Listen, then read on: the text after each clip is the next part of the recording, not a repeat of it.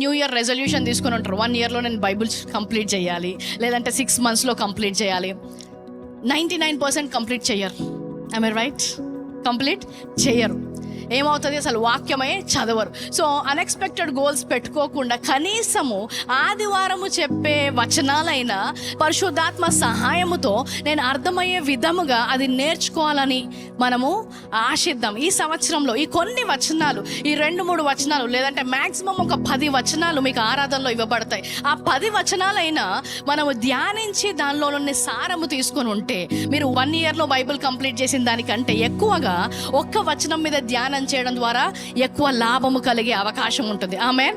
ఎందుకంటే బైబిల్ చదవాలన్న తొందరలో టకా టకా టకా చదివేస్తుంటారు, కానీ అందులో ఏం రాశారు, నాకేముంది అని ఆలోచించుకోరు. 2 తిమోతి 2వ అధ్యాయం 15వ వచనం, దేవుని ఎదుట యోగ్యునిగాను సిగ్గుపడనక్కర్లేని పనివానుగాను సత్య వాక్యమును సరిగా ఉపదేశించువానిగాను నిన్ను నీవే దేవునికి కనపరుచుకొనుటకు జాగ్రత్త పడుము. ఇంగ్లీష్లో ఏమనుంటుందంటే rightly dividing the truth of God.